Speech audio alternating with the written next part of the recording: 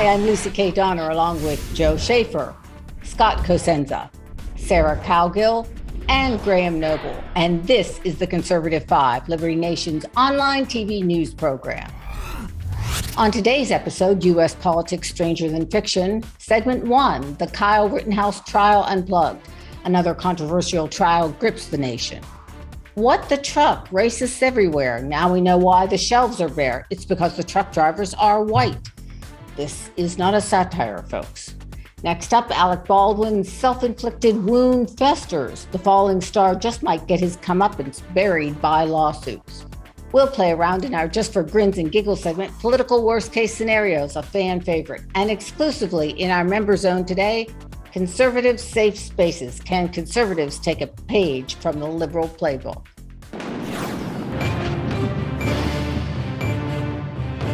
Here's a little primer to the Kyle Rittenhouse case. Police shot Jacob Blake 7 times on August 23, 2020, sparking massive unrest in the Wisconsin city of Kenosha. After riots and looting downtown, including a withdrawal of the police, 17-year-old Kyle Rittenhouse said he went to the city streets 2 days later to protect private property and administer first aid. He was armed with a rifle. In the course of the evening of August 25th, Rittenhouse shot 3 men, killing 2. The jury must determine whether Rittenhouse acted in self-defense or not. The entire shebang has been a 3-ring circus on the left, the right, and the media, all at the expense of a teenage kid and one living victim who admits to threatening Kyle's life. A divided America has taken up sides, and the National Guard is on standby. Sheesh. So we're recording this segment of C5 on Thursday, November 18th at 1 p.m., and the jury is still deliberating, but there's so much to unpack. Tons of cringeworthy moments and legal affairs. Editor Scott D. Cosenza Esquire has followed every minute. So Scott, the highlights and lowlights, and let's start with the judge and his reckoning for MSNBC. Well, first, let's say that I don't know that there are any highlights. There seem to be just a giant collection of lowlights. The latest of which, as you mentioned, is this MSNBC issue. The judge said that this came just minutes ago from the courtroom. The judge reported that an MSNBC producer last night followed the jury bus home. The jurors are transported to and from the courthouse in a bus in order to help maintain their anonymity, and then they park at an undisclosed location. And the producer ran through a red light to try to keep up with the bus, and that's how they were discovered. They got pulled over, and as a result, the judge has banned that news organization from the courthouse for the duration of the proceedings. The other kind of massive lowlights that we're talking about have to do with the disclosure to the defense of various videotapes. What we learned yesterday was that the prosecution had a high-resolution copy of drone video footage that they did not disclose to the defense. They disclosed a smaller, grainier copy, and not by some small measure.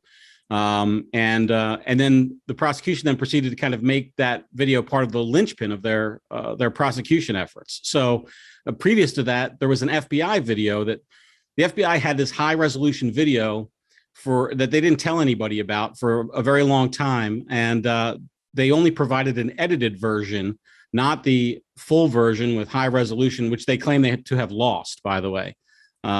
So that's just sort of the landscape of the outrageous kind of behavior and practices that the prosecution has undertaken to put Kyle Rittenhouse behind bars for the rest of his life. All right, Joe, I'm not going to ask you to predict what the jury is going to decide, but there have been a lot of media issues surrounding this trial, the last of which Scott mentioned was MSNBC. But also, my understanding was that MSNBC or someone, I don't know if it was them or CNN, they aired the closing arguments for the prosecution, but not the defense. So, is America being whipped up into a frenzy by the media? Oh, that's very interesting. To me, that is the most interesting part of the Kyle Rittenhouse trial, is it as a cultural touchstone. And you really have to go back to the ultimate cultural touchstone in this genre, which is the O.J. Simpson trial in 1994. I have too much to say about that. I'll try to keep it short, but I think you could really make an argument that that is what killed television as a medium, is the O.J. Simpson trial, because we just went into this reality frenzy, media outrage mobs. I could go on forever talking about it. But with O.J., they used race, demonization, hype. But the face of oppression, it was kind of amazing that they could do it with OJ, who was a millionaire living in Brentwood country club lifestyle, former NFL star, movie actor, and they made him the victim of the man. But it was kind of a faceless man. It was, blacks were happy to see they had this ill-defined feeling of sticking it to the system. And that was 27 years ago. Since then, we've had nonstop, always amping up the outrage, always amping up race and anything that they can do to divide. Where has it taken us today? You have an 18-year-old kid, 19-year-old kid fighting for his life, and the media is trying to paint him as the face of racial oppression in America. I mean, this is a young man who has his whole future ahead of him. The video very strongly shows, he has a strong self-defense argument. I won't get into the whole legal thing. They would be more than happy to see him rot in prison for the next 40 years, just so they can push their divisiveness. The hostility has gotten so much worse since OJ, and they just want to make this kid the personification of racial evil in America today. So that is what impresses me, is the level of hostility we've seen since O.J. Simpson to Kyle Rittenhouse in 27 years. So, Graham, are you more fascinated by what's going on with the media or the actual trial itself? Well, of course, they're both fascinating, Lisa. But yeah, the media thing is just completely beyond the pale, and I don't need to reiterate everything Joe just said there, but it is just gotten to the point where I have to say, not just the media, but everyone on the political left has gotten to the point where in my perception, they have zero regard for justice. They have zero regard for the law. These things just don't matter to them anymore. And I think that is terrifying, because what really concerns me, Lisa, is that if Kyle Rittenhouse, and again, I'm certainly not even going to attempt to predict the outcome of the trial, and I don't want to pretend that I'm an attorney. We have a real one here, and I don't need to pretend I'm one. But if Rittenhouse is convicted, and if he is sentenced to life in prison or even an extremely long term in prison, I think that has a horrendous, the possible future repercussions for the justice system is just beyond, it's beyond any rational person's ability to think what's going to happen to other people in the future who exercise their right to self-defense. I mean, it's going to get to the point where you can expect, if you use a firearm to protect yourself and you end up killing somebody, even if you did everything right, you're probably going to end up going to prison for murder. Sarah, let's just explore this for a second. If he's found guilty, he's in trouble. But if he's found innocent, I mean, it seems like this kid is sort of screwed any which way he looks. Yeah, he's sort of screwed any which way the verdict goes. He either spends his life in prison as a martyr for the cause, or he, or on the other hand side of that coin, he's a murderer. Pointing out the circus of the trials that have come up since O.J. Simpson. The only difference between O.J. Simpson and Kyle Rittenhouse is the defendant, the color of the defendant. The similarities of the trials to me, which is why I think people are just talking about it everywhere. The checkout line, at the bar, at the cafe for lunch, they're talking about it everywhere. And it's the prosecution in the O.J. trial. It was a cluster of all sorts of missteps. If the glove, put that glove on and he's trying on the glove and it won't go on. And it was like, you morons. And then this one was, he's out there the prosecuting attorney is pointing a gun at the jury with his finger on the trigger. No, it wasn't the jury. It was at the courtroom. But it was the same, effect. It was the same effect. And I don't care how well trained you are in guns, and it's not loaded, and you don't ever point it at a person. And to be in that courtroom, maybe on that jury, to me, that sent a clear message that you guys better convict this guy. The other thing that I find out today from Scott is that MSNBC is tracking these people down, and that's intimidation. I don't care how you slice it. And I just want to ask Scott one question. Where's the mistrial?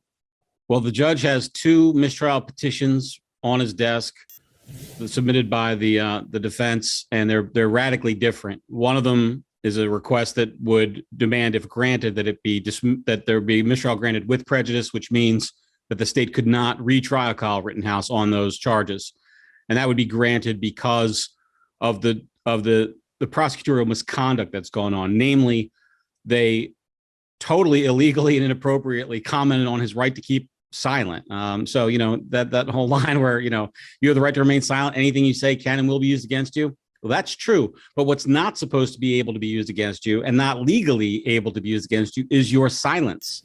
And the prosecutor Binger said words to the effect of, oh, you've been, silent all this time, and only now you're telling your story, until the judge halted the trial. So there's, I think, good reason for the judge to grant that motion. If it is, that's a done deal for Rittenhouse. He's gone. He's out of jail and suffers no burden of future prosecution. The other one is just a regular motion for a mistrial, which would allow the state to refile the charges. That was just filed yesterday after this drone footage debacle was kind of unveiled.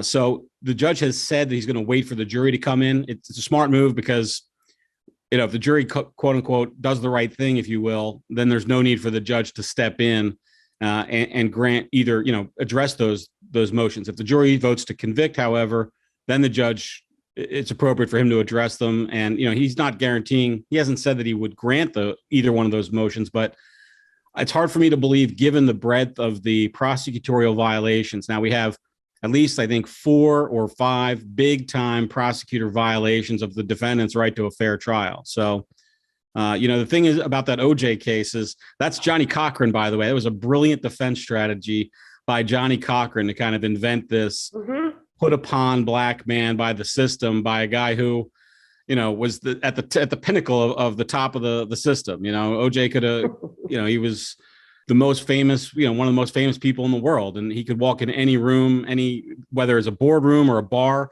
or anything, and to make him kind of this put upon victim.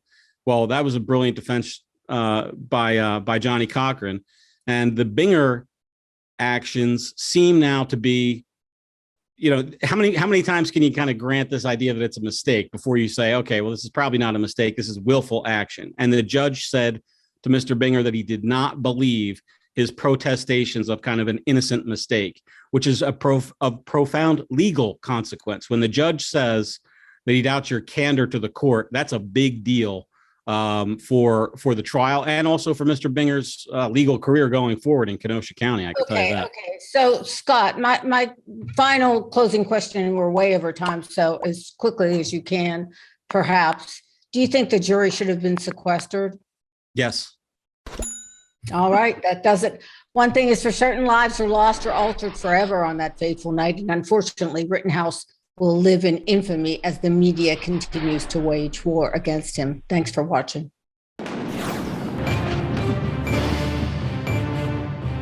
So you say you have no access to a Stouffer's lasagna. The supermarket shelves are alarmingly empty and the holidays are approaching, and it's slim to none that we're going to have a buffet of food on the table or a stockpile of packages under the tree. And we all know who is to blame.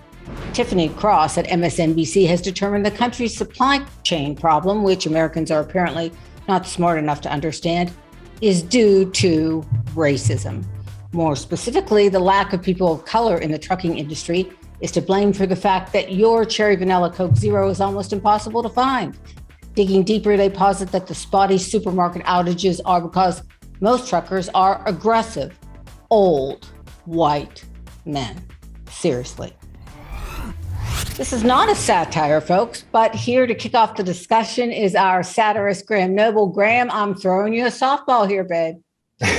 Right, yeah. Well, where to begin with this one? Well, for a start, recently in the last few months, due to moving halfway across the country and also to Liberty Nation's little recent get-together, I've had the occasion to do several long road trips recently.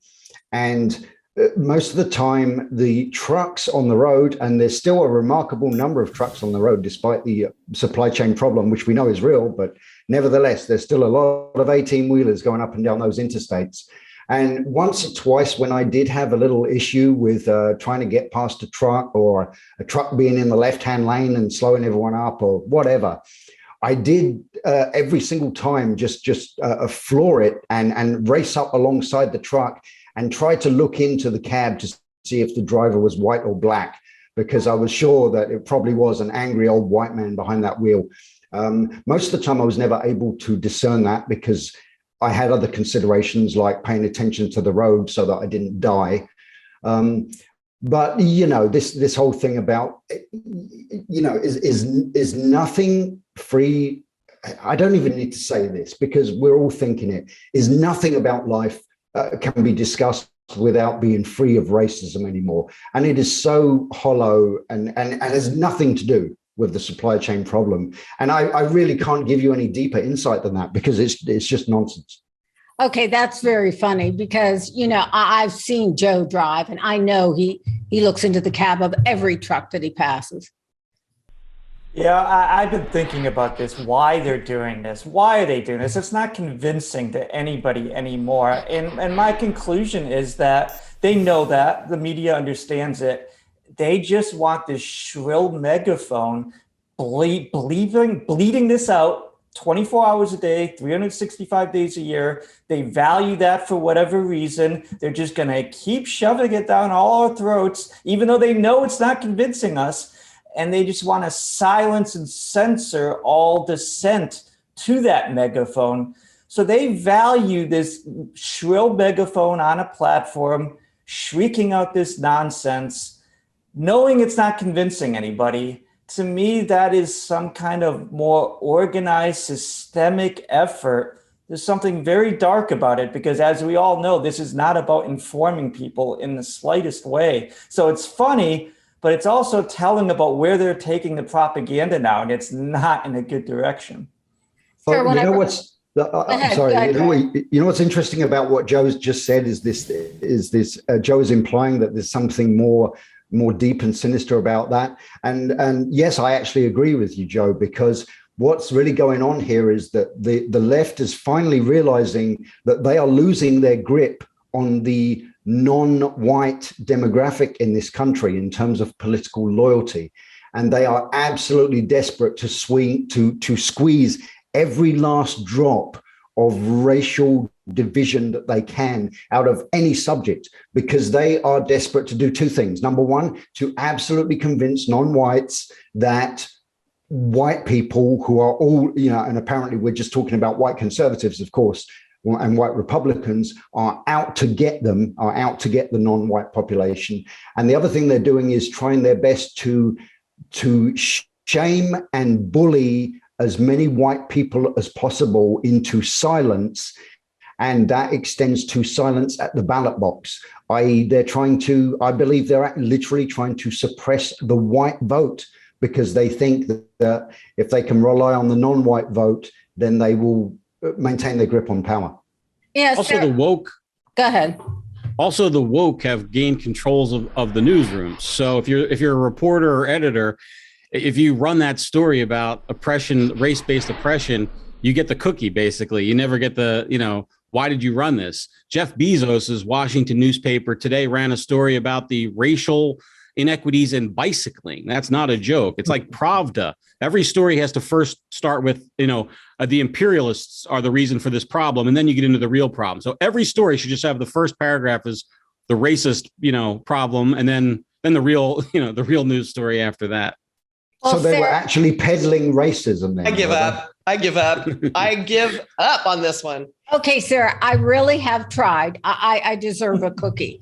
You deserve a cookie, and I had some great information, but the blabbermouths on C5 today won't let me talk. I love it. They're welcome to blab all they want. But I just wanted to say, when I wrote this article, I used the imagery of a needle being stuck on a record, going around and around. It's always racism. So take it up from there. Well, here's the thing. TIFF scraped the surface of the trucking industry itself. Yeah, it's overwhelmingly white. Median age is 47 years old. Mostly guys, like 60-some% of guys, 20-some% of females, and a whole bunch of partnerships where there's a man and a woman are in that business together, usually independent contractors. But the other thing is, most of the trucking companies that hire people are in Omaha, Nebraska, and Salt Lake City. Populations overwhelmingly in those states, in those cities, white. It's not that they're, keeping Black people from becoming truckers. They're hiring in states that Black people don't live. I mean, it's as simple as that. And she scratched the surface and didn't bother to go any further, because if you do, then her argument is void.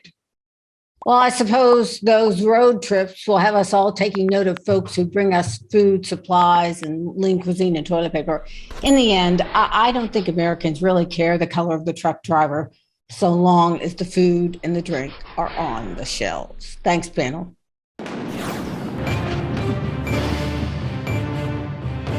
On the set of his low-budget film Rust, Alec Baldwin pointed a long Colt .45 revolver toward the camera and pulled the trigger. The gun, having been checked by two set folks, the armorer and an assistant director, was deemed cold, jargon used in the film industry. It was, however, as we now know, hot, and Baldwin fired a live round into the cinematographer and a cast director, killing the camerawoman and injuring two additional people. Baldwin pointed the finger at everyone but himself, although anyone with a lick of sense would not point a gun, loaded or not, at anyone they did not want to kill. We're talking firearm safety 101 here, folks. That's messy enough, but hey, this is Hollywood, and of course now there is a twist. A claim of intentional sabotage. Cue the dramatic music, please. There are now two lawsuits filed against Baldwin. One was filed in California State Court and names the actor personally. The legal action asked for compensatory and punitive damages. Scott, what prompted the sabotage angle? Well, the set had a lot of labor strife. Basically, you called it a low budget film, and I suppose it was several $1 million. So, I'm old enough to think that that's still worth some money, I guess. But they originally, I think, had told a lot of the people who worked on the film that they would be able to get local hotel rooms and not have to drive the hour plus from, basically with the population centers where they lived. And then they withdrew that. And there was a strike vote called for the set. And that day, a lot of people walked off the set because of those labor issues. So, we have a long history in this country of labor unions using violence and extra legal means to get what they want, and that's been alleged here. I think it remains to be seen whether or not that is the case, but it's certainly a fascinating angle to the story. And now Gloria Allred, she's the lawyer representing the new plaintiff, by the way. And one thing that says to me is that it's not a terribly serious case, and that she's looking mostly to make hay in the media, which is what Ms. Allred specializes in. Joe, I know you're a huge Alec Baldwin fan. It's funny because he is a brilliant actor and a great comedian. It's personally, I and his politics are vile, but I actually am a big Alec Baldwin fan. That's the truth of it. Okay, and actually, that question was going to Joe. Oh, sorry, excuse me. I am not a huge Alec Baldwin fan. I have no problem with Americans being fascinated with this story. I would just point out that I don't find Hollywood interesting at all anymore. And I used to be a big movie fan. This thing jumped the shark 20 years ago. They haven't been making good movies in over 20 years. I think we all know it, and we all just kind of shrug our shoulders and accept it. But I just, like, it's fun to talk about these things. I don't buy the idea that Alec Baldwin in 2021 is that interesting or that important in a person, because I don't think anyone in Hollywood is that important anymore. So it's fun to talk about it. I just don't think these people are consequential. To me, it's like being fascinated with streetcars today. Hollywood is just so done to me. And I really don't care what happens to Alec Baldwin in the long run. All right, Graham, you know a little something about firearms. And I can tell you when I was 16 and was on the range, and the range instructor and my father, taught me never, ever, ever, ever point a gun at anyone. Oh, yeah. I mean, I do think it's inconceivable personally. I know, when they're making a movie, they got certain procedures and all of this kind of thing. And, and actors, it's kind of funny because actors, as much money as they rake in, it is actually quite a lot of hard work to make a movie, especially if you're the leading actor, one of the stars of that movie. That's an awful lot of hard work. It's long hours. Obviously, the crew is going to try to make things or in theory, is going to try to make things as easy as the actors as possible, not burden them with extra things that they have to do, extra tasks. But nevertheless, I just still think that really any individual who is handling a firearm in a movie, to me, they should be checking that weapon themselves. And if they don't know how to, they should have been trained to know how to do that. Because I don't think anybody should just take a handgun from somebody else and that person says, oh, it's empty, or as they say on the film set, it's cold, and you're just going to believe that, and then you're going to pick up that firearm and pointing at someone and then actually squeeze the trigger. To me, that's insane. I would like to add one quick thing, just a little point about the whole sabotage theory. On the face of it, I suppose to most people, that sounds kind of crazy. What, really? Some disgruntled union guy is going to put live rounds on a movie set and possibly kill somebody? Well, in a previous life, I did a lot of different types of security work. And one of the things that I did was I spent a lot of my time on picket lines during industrial disputes, facing off with striking union members. And I can tell you that some of them are incredibly vicious. They can be incredibly violent, and they will endanger life. One day I was driving out of the plant in the evening, and they had thrown onto the street across the plant entrance what they call jack rocks, which are little objects that have little nails sticking out of them. They'd thrown them out there deliberately to take out our tires. Well, they took out the tire of the bus that I was driving, and I was going down the freeway, and the tire blew. And I had several guys in the back of the bus. In theory, that bus could have gone off the road. We could have all been killed. So they're not above doing things like that, I have to say. Well, that's an interesting story. Sarah, do you think sabotage is a possibility, or is that far-fetched? I'm going to say it's not far-fetched. It's possible. But there was a second lawsuit filed. And I think what really happened is that Alec Baldwin is a pompous is a pompous jerk. And it wasn't in the script. He went off script. The script for the day was 3 shots in that church. One was showing him remove the gun from his holster. One was looking in his cool dead eyes. And I don't know what the other one was. There were 3 shots. And somehow he pulled that gun out, he leveled it, and he shot. Well, that's interesting, because the second lawsuit filed by a crew member, says the suit basically says that the gun was never to be fired during the scene that he was rehearsing. Right. And the other thing is, he's the producer. He knew there was stuff going on. He knew from the get-go that they had a gun malfunction on set already. So here he is playing with a firearm, and now he's going, oh, it's a 1 in a trillion chance. Yeah. No, it's not. There's your shot right there. And Mr. Baldwin, he's too busy being a star. He wasn't busy being safe. He hired a very newbie when it comes to armorers to save money. He hired an assistant director who also was brought up on industry kind of complaints where he wasn't safe on a set. He had another gun discharge. And, he's gathered all of these people that seem to be not being able to do their job because they're not the best in the business.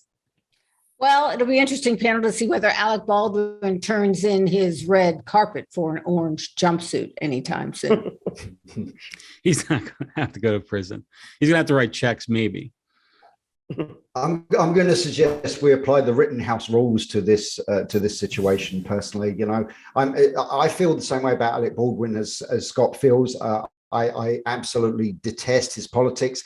I happen to think he's a pretty decent actor and a pretty funny guy. He doesn't seem to be like a very pleasant human being, but that's just my personal perception. And I'm sure this shooting probably really did actually just is haunting him. How could it not be? But having said that, let's apply the left's Rittenhouse rules. Okay, that we transported firearms across state lines, which apparently is always illegal. The mere fact that he had a gun in his hand makes him an active shooter. The mere fact that he had a gun in his hand means that he obviously had the intention to kill people. I mean, this is all, from a legal perspective, this is all dangerous territory. And I want to add the disclaimer that I'm not actually accusing Mr. Baldwin. Graham, you're leaving out the most damning thing, which is he's an old white guy. And he's an old white guy, yeah. So he may be in a lot of trouble. Yeah.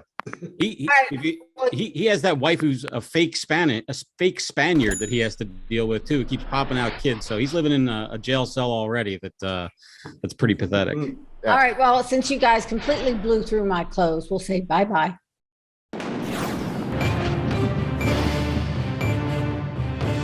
Trials and tribulations and more in Biden's unified America. Your panel of conservatives just need to let off a little steam and just have fun. So welcome to Just for Fun.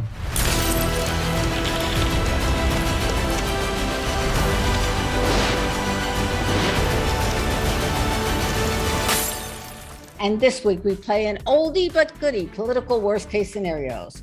What would we do faced with horrid political choices? All righty, I'm spinning the wheel and I'm coming up with Sarah. Pick a number from 1 to 5. I will take 3, please. Panel does not know what is on here. Numero 3. All right. Number 3. You have a state dinner date. The last 2 people available are Chuck Schumer and Liz Cheney. Who do you pick to have dinner with? Chuck Schumer. Chuck What are you going Schumer. to talk about? Maybe that's the point, that neither one of us would want to talk to each other, and I wouldn't have to talk to Liz Cheney. All right. But when I first read this, I thought you were going to say Chuck Todd or Liz Cheney. And in that case, I would definitely go with Liz Cheney. Chuck Todd is another animal. Okay. Scott Cosenza, 1, 2, 4, and 5 are left. Number 1, baby. Numero uno. It's date night, and plenty of people are calling. Do you go to a low-lit romantic dinner with Bill or Hillary Clinton? Is this like some kind of trick that I'm not supposed to? I mean, you're allowed to laugh out loud, folks. It's a good one. Bill is by far the more interesting of the two, I think. And I'd be curious if you could tell me all about Epstein Island and what goes on there. I'd be more scared that Hillary would commit acts of violence against me if she read anything I wrote. So, Bill was always the guy who was the life of the party, right? And that's one of the reasons why he was such a popular president. So I'd much rather be with him on an evening out than Hillary Clinton. Okay, show of hands. Who goes with Bill? Oh, yeah, totally. Yeah, I mean, I can't see, I know we're having a little fun here, but I cannot for the life of me see any possible reason why anybody would want to have a dinner date with Hillary Clinton under any circumstances at any time. And I think I'm honestly speaking for Bill when I say that. And it's much easier to just smack his hand away than it is to get the shiv out of your kidney. Oh, all right. We got a certain theme going on here today. All right, Graham, you have left we have? 4 or 5? I'll take 5. 5, you have been asked to infiltrate the Biden administration on the highest of levels. What position do you pick? Press secretary or Kamala Harris's hairstylist? Oh, good grief. Good grief. Definitely. I mean, press secretary all the time. Absolutely. Because, I would have so much fun with that job. So yeah, no question about it. And I don't even, quite frankly, want to be even in the same room as Kamala Harris at any time. And not much job security with that Kamala Harris role too, by the way. The press secretary, you can keep it for a few months at least. Absolutely, yeah. All right. So are we left with, did everybody have one? We got Joe. We need to go, Joe. I'll take 7. We'll just give you what we want to give you. Keep that attitude. Apparently. Okay, so Joe gets. I think we got 4 left, haven't we? Yeah. You can only have one meal for the rest of your life after being sentenced to Gitmo for telling the truth. Is it green bologna or mystery meatloaf? It's probably this. That's probably the same thing, isn't it? I'll take the mystery meatloaf and just hope for the best, I guess. Can I get the ACLU on the case? I mean, can I be a victim here? I would love to be a victim. All righty. The green bologna sounds like a more healthy choice. So I think you should be responsible and go for the green bologna. Yeah, I agree. Take the green off. I would have It has gone a lower carbon footprint. Yeah, exactly. It's more environmentally friendly. Okay, why don't I have a question here? There's 5 questions. I don't know which ones you've used. Okay, who picked number 1? Me. Scott. Who picked I number don't think 2? anyone has picked 2 yet. Okay. You're number All right. 2. You have an opportunity to be an ambassador. Do you pick China or Russia? I definitely pick Russia.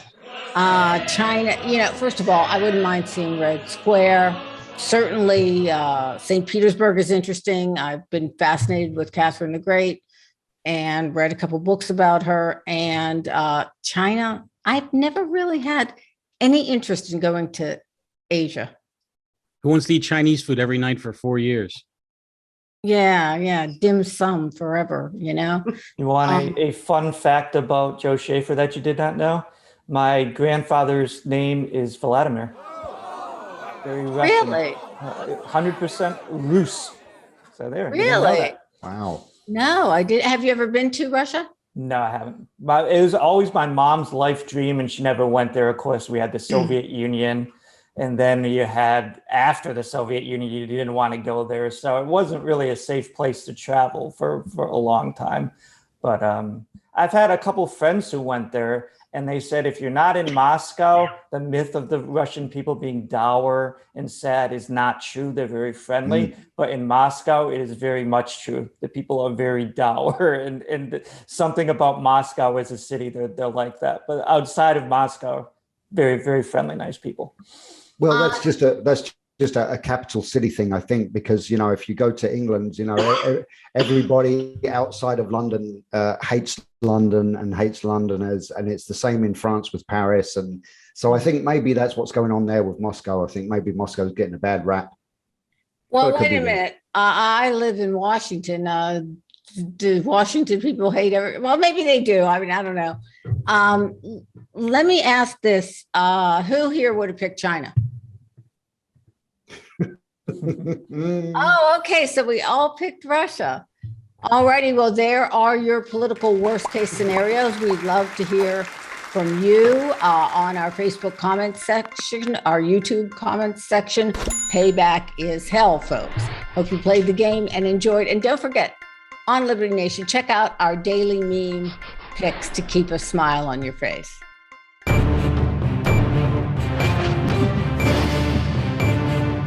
That's it for our Conservative 5 panel today. Check out our other C5 shows and segments on your favorite video platform, Vimeo, YouTube, Rumble. We're on them all. As well, Liberty Nation has its own Roku channel where you can see all of our TV productions. Thanks for tuning in, and remember to surf on over to libertynation.com. Sign up for our new member zone, just $29.99 for the entire year. Special thanks to our fantastic editor and post coordinator, Frank DiOrio, our executive producer, Sarah Calgill. I'm Lisa K. Donner, editor-in-chief. Thanks for joining us today. This has been a production of LibertyNation.com, where truth is making a comeback.